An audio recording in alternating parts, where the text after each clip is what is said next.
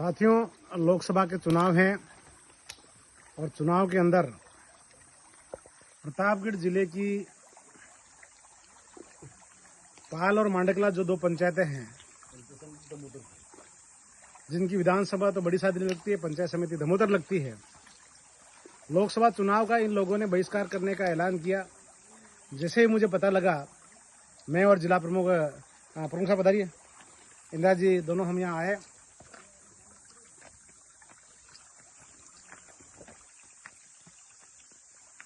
और हमने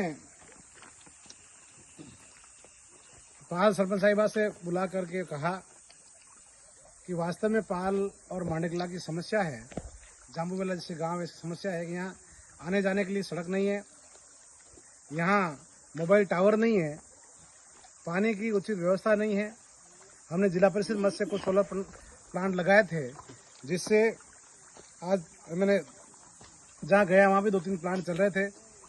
लोगों में, किसानों के लिए यहाँ कुएं के ऊपर सोलर पंप होना चाहिए, घरों की लाइट होनी चाहिए, पंखे होने चाहिए। और सड़क, जब पूरे देश में भारत के संविधान में मूलभूत सुविधाएं देने का जो अधिकार दिया गया है, और मनमोहन सिंह जी जब प्रधानमंत्री थे, कांग्रेस गवर्नमेंट थी, उस समय वनाधिकार एक्ट कानून बनाया था। उसके अंदर आदिवासी जहाँ निवास करता है उसको बिजली, पानी, सड़क की सारी सुविधाएं उपलब्ध होनी चाहिए। उसके बाद भी यहाँ कई सरकार आई गई, कोई ध्यान नहीं दिया गया। जब मेरे बच्चे की शादी थी, उसमें माननीय मुख्यमंत्री जी को मैंने शादी में आए थे, उस समय पूरे पाल मांडकला के लोगों को यहाँ बुलाया था।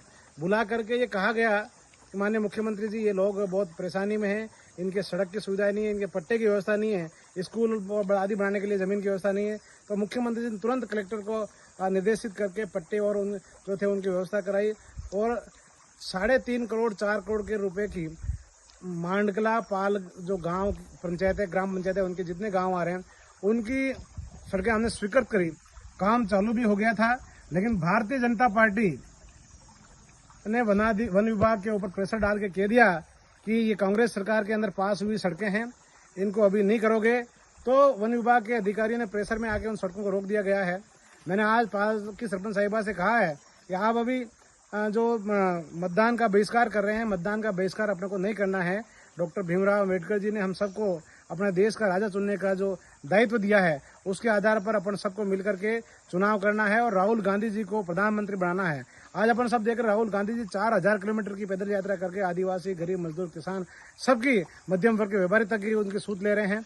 और उन्होंने 4000 किलोमीटर यात्रा करने के बाद में 6700 किलोमीटर की यात्रा और करी है। उनके, राहुल गांधी जी का एक ही मकसद है, सुदूर क्षेत्र के अंदर रहने वाला आदिवासी हो या गरीब हो, दलित हो, मजदूर हो, किसान हो, वो किस प्रकार से जीवन यापन कर रहा है, उसको सारी सुविधाएं मिल रही कि नहीं मिल रही है। ये चुनाव राहुल गांधी जी के लिए का चुनाव नहीं है, ये चुनाव आम गरीब, किसान, मजदूर का चुनाव है। क्योंकि अगर राहुल गांधी जी प्रधानमंत्री बनेंगे तो कांग्रेस का घोषणा पत्र जिस प्रकार से उन्होंने राहुल गांधी जी ने दिया है, युवाओं की नौकरी का जो टाइम टेबल पहले से तय कर दिया गया है कि किसानों को MSP देने की बात हो, आदिवासियों को उनको जनसंख्या के अनुपात में आरक्षण देने की बात हो, और हर प्रकार के जो कानून से लगा करके जो सुविधाएं मिलनी चाहिए हर वर्ग को, उसके लिए राहुल गांधी जी और कांग्रेस पार्टी लगी हुई है। इसलिए मैंने पाल मांडकला के लोगों से अपील करी है कि आप पुनः मतदान करने के लिए तैयार हो जाइए, और निश्चित रूप से भारतीय जनता पार्टी को आंखें खोलने के लिए आप हाथ के पंजे पर बटन दबाएं। आज मैं जाके आया हूँ, फिर जरूरत पड़ेगी फिर आऊँगा। और दूसरी बात, मैंने पाल मांडकला के लोगों को कहा है, लोकसभा चुनाव के बाद में मैं भी फ्री हो रहा हूँ, और पाल मांडकला सहित ग्रामीण क्षेत्र के अंदर, आदिवासी क्षेत्र के अंदर, जंगल वन विभाग के अंदर जो लोग रह रहे हैं, उनकी सुविधाओं के लिए रामलाल मीणा हमेशा संघर्ष करेगा। भले मुझे कलेक्टर के बाहर रहना पड़े, रात रुकना पड़े, रुकूंगा, लेकिन इन लोगों को हक अधिकार दिला के रहूंगा। बहुत बहुत धन्यवाद साहब।